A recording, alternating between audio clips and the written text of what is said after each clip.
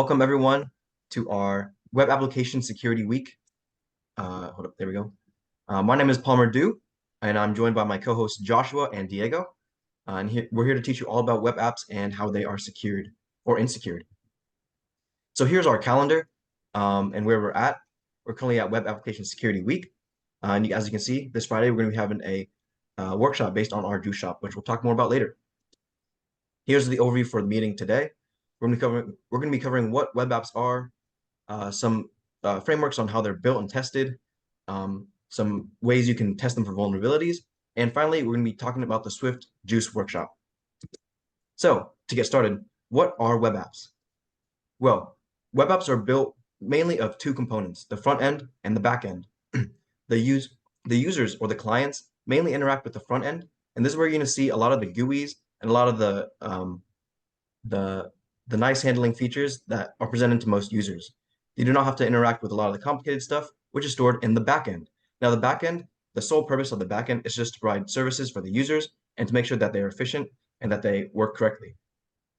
So the way that web applications communicate with the users and the servers are by request methods. Two of the most common request methods, as you can see, are post and get.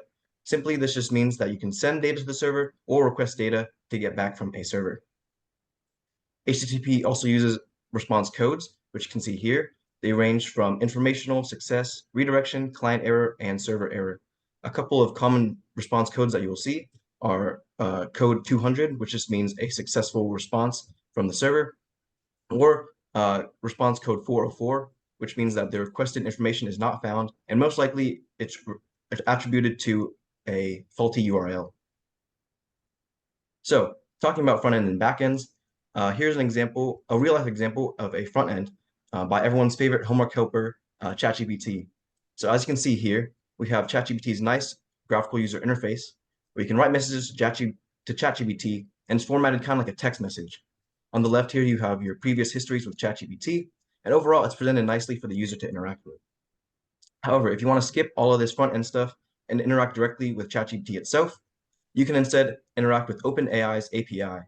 This allows you to interact directly with the backend and the core functionality of ChatGPT. Another real-life example of a front end and back end is with a car.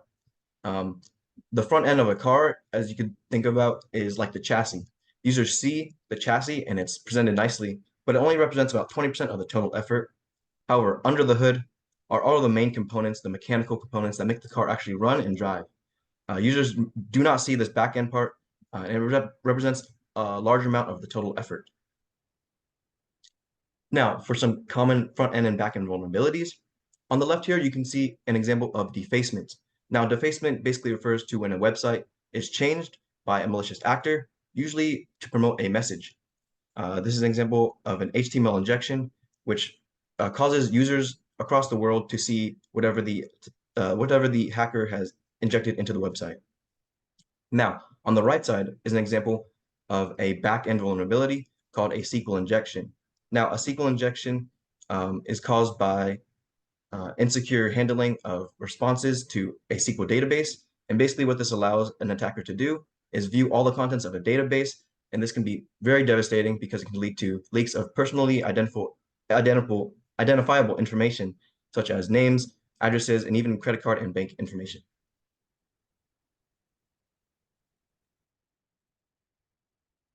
Hi guys.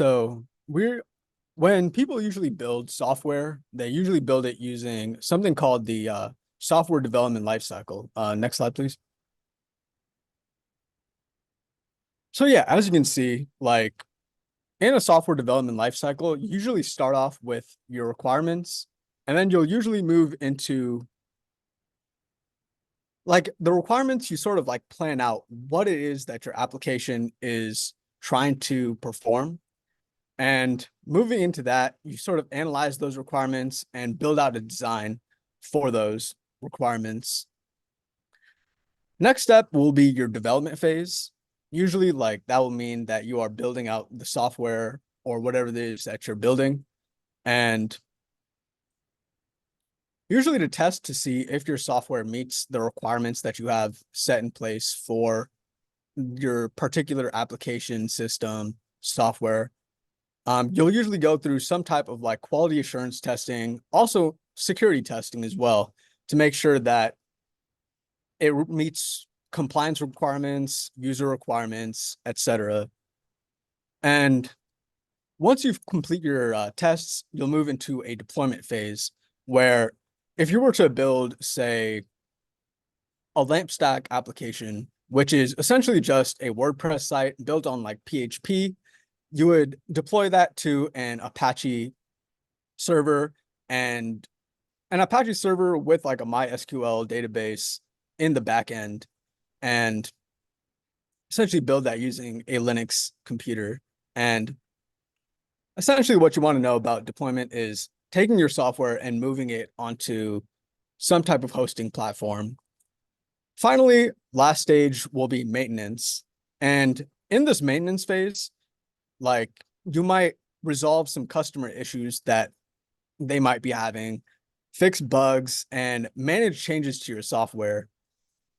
In a software development cycle, it usually loops back around to the requirements because software is always changing, systems are always changing. People want new features, people want improvements, people want performance, et cetera, et cetera. And oh wait, next slide, please. Security plays a large part in building out this software development lifecycle. In a software development lifecycle, at every single stage of your development process, you are building security into each of these steps. And each of these steps will usually start off with, for your requirements, say, for example, you're building a juice shop like the one that we're going to be working on Friday. What do you need to make that juice shop run? Well, you're going to need a front end, you're going to need a back end, you're going to need a database. At least those are the three main parts that you're going to really need. And I think also another area that you might need is like an authentication layer, an authentication service. So within those requirements, what kind of risks are posed by implementing each of these components? And once you list out your components, that's when you move into a threat modeling or design review stage where, okay, you have these components, right? But what are the particular attacks that can be leveraged against these parts? Palmer previously talked about HTML defacement. That would be an attack against the front end, whereas an SQL injection could be an attack against the back end or the database. I believe that in terms of, say, a code injection, a lot of code injections can happen against we're going to be running this on Node.js, which is a backend server JavaScript framework. And usually if someone is able to inject code against that from like the front end, that is not intentionally meant to be there or maliciously inputted, that could be a threat that is leveraged against your design. And from there, you also want to move into, say, in the development phase, you'll use something called static analysis, where you search your source code for patterns of insecure coding practices. Say, for example, you're taking an input, but the input is not properly sanitized. If that input is not properly sanitized, it can lead to, again, a code injection attack. And moving forward into the testing phase, in terms of security, what kind of tests can be run against? Yeah, what kind of security testing, right? What kind of attacks can be, or what kind of vulnerabilities can you find? And usually that'll be done through some type of dynamic application static testing or security testing, where you're essentially just scanning for vulnerabilities, or you might go in and do a manual pen test. And yeah, and then after that, you will go into your deployment phase, again, going into like your security assessment. What went right? what went wrong, and making sure that secure configuration is in place to, make sure that deployment of your software lasts as long as it can, and you can maintain the progress that you've made throughout the software development lifecycle. And again, everything loops back into each other. New requirements come up, new risks have to be assessed. Next slide, please. Going over the threat modeling process, again, we're talking about Juice Shop. Next slide. So we have an architectural diagram that we just listed out right here. In terms of certain attacks that can be placed, you might want to look into the arrows themselves that are on the screen, because the arrows themselves are usually going to be the vectors of attack. And for example, with OAuth, or actually, you know what? I think I'm getting a little bit ahead of myself. Next slide, please. When we perform threat modeling, which is done in the design phase again, we want to essentially map out what kind of threats exist against our architecture, our system. And this is not so much a penetration test as much as it is like a business level overview of what kind of threats each of our services faces. Each of these threats can be, so in terms of like the threats that we have, the Stride model is a very common threat modeling tool developed by Microsoft, I believe in 1999. And it's become a de facto standard in threat modeling. So each of these threats, right, spoofing, that can violate the property of authentication. Like if, for example, a malicious user can come in and pretend to be one of your legitimate users, that is an example of spoofing, and that is a violation of authentication. Tampering, again, if you go in and you're able to inject SQL code into the database where you change the values that are stored within that database, you have essentially violated the integrity of that service. And if it's possible to violate the integrity of the service, then that database is no longer usable because, again, it's insecure and we can't really trust what is in that database, or at least trust that what's in that database is from the developers themselves. Repudiation, this is a long word. The property that it violates is non-repudiation. Essentially, this is logging who takes what actions on your system. And that can be kind of separated into client side and server side. We'll start off with client side. Usually, actually, like, you want to make sure that the privacy of your users is maintained while they are using your service. I mean, developers should not know who is using what service, at least in a perfect world. Sometimes that doesn't really happen, but at least on the server side, we're talking primarily on the server side, we want to know who is making changes to any of the systems that we're running, who is committing code to our repositories, who is making changes to any sort of service. And if that, is not logged, you can't trace back who made certain changes. You can't go and ask them who, like, hey, did you make this change? Me? Nope. We don't want that. Next is your information disclosure. This violates confidentiality. Essentially, one thing that you can actually do in a web page, you'll have, your pages that are linked throughout the web page. Sometimes there are hidden directories, and sometimes those hidden directories are not meant to be found by the end user. But using a tool that discovers, using like a directory discovery tool, you can go in and look into some of these hidden files and directories that are found that maybe the administrator developer was not intending for that information to come out. And denial of service, this is probably like the most simple one. This violates availability, and usually when this happens, it can be for legitimate reasons or malicious reasons. On the malicious side, for example, you can essentially like a DDoS attack, right? Somebody goes and sends a bunch of traffic your way and, breaks down your system that way. Denial of service can also happen on a legitimate side when many legitimate users are using this one service and essentially slow it down, take it down.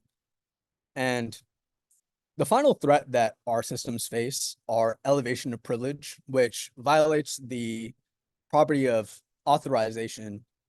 The difference between spoofing and elevation of privilege, or really authentication and authorization. Authentication refers to the act of logging into an account, whereas authorization refers to a normal user being able to perform an elevated action or an admin action. So that is the difference between the two. Palmer, could you go back one slide? So in terms of spoofing, right, if we go in and you look at that OAuth 2.0, that is a vector that can be vulnerable to a spoofing attack, tampering. So tampering can be, I think, hold on, let me minimize this. Okay. So where it says that no SQL, or like where it's pointing to the SQLite servers, those are services that can be subject to tampering. Also, your Angular front end or the material that is running on the front end can be vulnerable to tampering attacks. Repudiation, I don't think is on here, but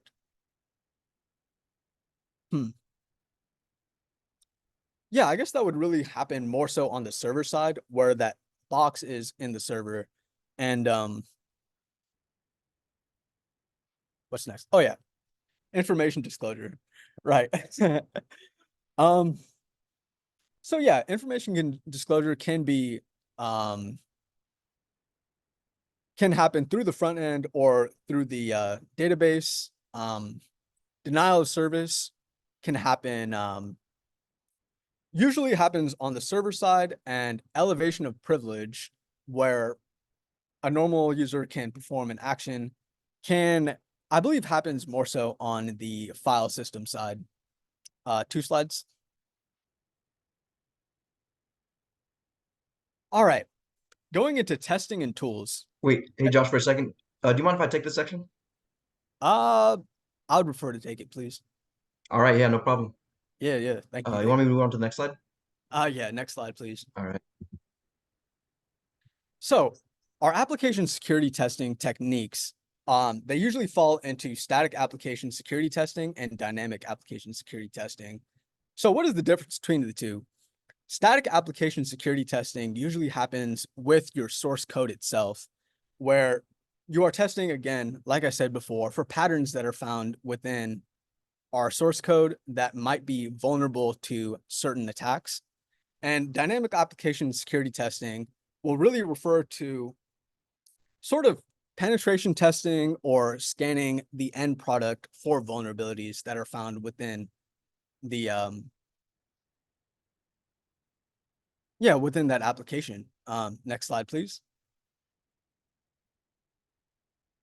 So some examples that I believe that kind of go a little bit further into what I was talking about before. Starting off with static application testing, you would use something called CodeQL. It's a popular term. It's a popular tool that's used. It's on GitHub actually, and it performs performs code analysis for security vulnerabilities while you are making a commit to a repository, making sure that it doesn't have any patterns of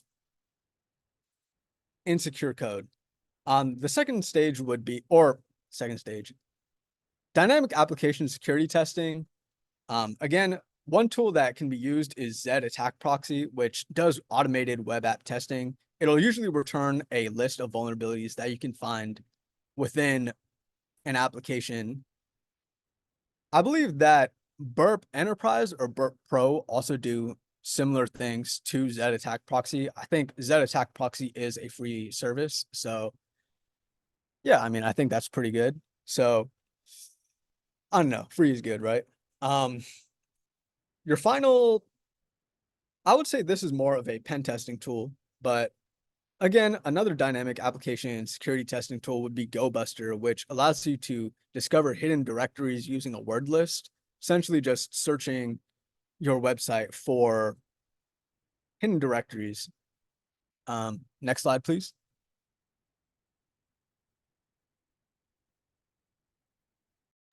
Okay, so you've probably heard about you've heard about OWASP before, but what exactly is it? It's a nonprofit organization that's trying to help out with software security. They give out free tools and resources to help people and companies um on how to solve these issues. And one of these big things that they do to help companies is to provide a top 10 list of the most critical and impactful security risks out there.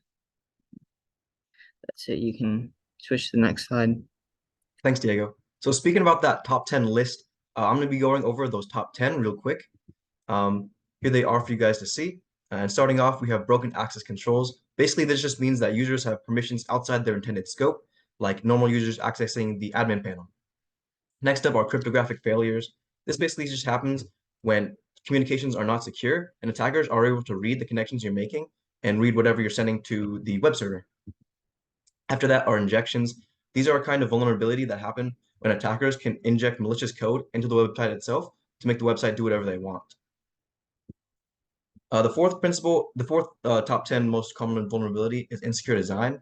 This is more broad, but it basically just refers to when developers do not follow good design principles, like the CIA triad on the left, or like Josh talked about earlier, the secure software development lifecycle. After that, we have security misconfigurations. This basically just means that websites have security configurations enabled on their website, but they're not configured correctly, like enabling default passwords. After that, we have outdated and vulnerable components. So older software is inherently more vulnerable, and this can be seen in an exploit like proxy not shell, which was caused by an outdated Microsoft Exchange server. And to patch it, you would just need to update your Exchange server. Seventh on our list is identification and authentication flaws. This just refers to any type of flaw in the authentication process, also known as logging in. This can, like some examples of this include no protection against brute force attacks or insecure ways of resetting your password. Next up is software and design integrity flaws. This happens when attackers are able to inject malicious code or influence the development of software in some way that goes unnoticed and eventually reaches the final application, and attackers are able to exploit this and exploit the users as well. Number 9 are security logging and monitoring flaws. This happens when companies are not able to see when they're getting attacked because they do not have sufficient monitoring tools. So they are unaware if they're being breached and they're unable to be reactive in defense. And finally, we have server-side request forgery. This is a very specific type of attack that allows attackers to bypass the firewall through a vulnerable website and interact directly with an internal server. And they can make this internal server do a lot of different things like connecting to outside resources and malicious resources as well. So now we have reached the end of our presentation and we're going to go into Swift Juice Workshop. So it is actually available now if you guys want to get started testing it. But we will also be having a workshop this Friday where we will be going over the Juice Shop more. But if you guys want to get started right now, here is the link. And I will be getting a little demo real quick just to show you guys. So you should be able to go to this page, and to get started, you're gonna have to input a team name. So let me just say test 10. You create your team, and it'll give you a password. So if you want to invite other people to join your team and help you out, you are able to. And give me a little second to start. There we go. And here we go. Here is our very own Swift shop with some very nice looking but not real, unfortunately, Swift merch. You can go to, I'll give you guys a little hint. There is a secret directory called Score Dashboard, and here you can see a list of all the challenges that are available on the website, and it'll give you a score and the number of challenges solved. So this is a good starting point for anyone that is interested in trying to complete this workshop. If I take this challenge, for example, and I go to the search bar over here and put it in, there we go. Now this is an example of one of the vulnerabilities, and it'll give me credit for solving the challenge. Now, I don't want to spoil everything, so I'll let you guys explore it for yourself, but I highly encourage you guys to go to this link once again and try testing it out for yourself. And with that said, thank you guys all for coming, and let us know if you guys have any questions. Also, I'll put the link in the chat for you guys real quick too.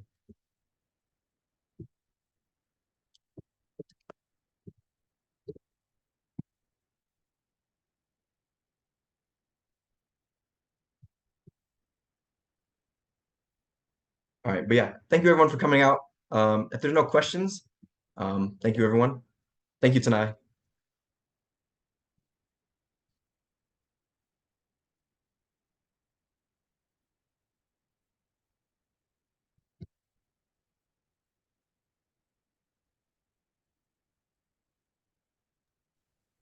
Does anyone have any questions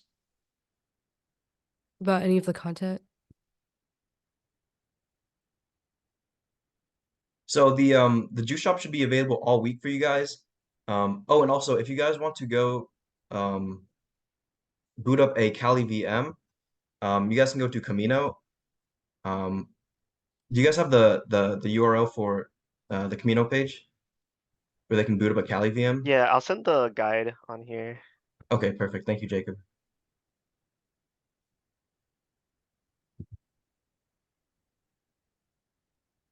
It's also like pinned like our first workshop in the Discord.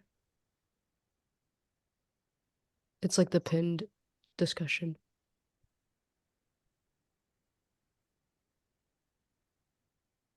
Perfect. Thank you, Jacob.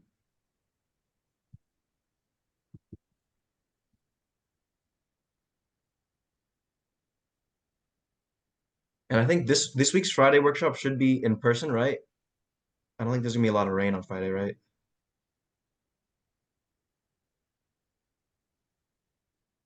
Possibly, probably. We'll send out an We're announcement looking- though. Oh yeah, yeah, we'll send out an announcement to make sure. Mhm.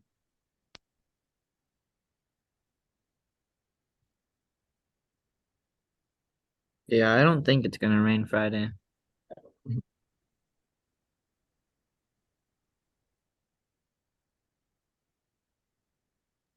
Wait, do I have to use the Camino pod or can I use like my own VM? You can use You your can own use your VM. own.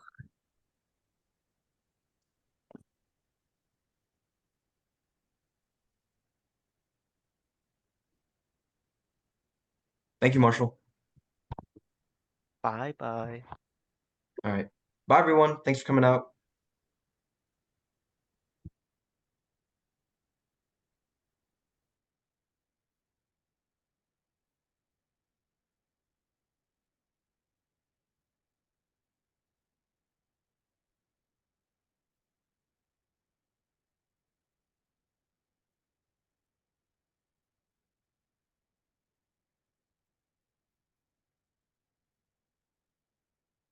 Very cool. There's no way.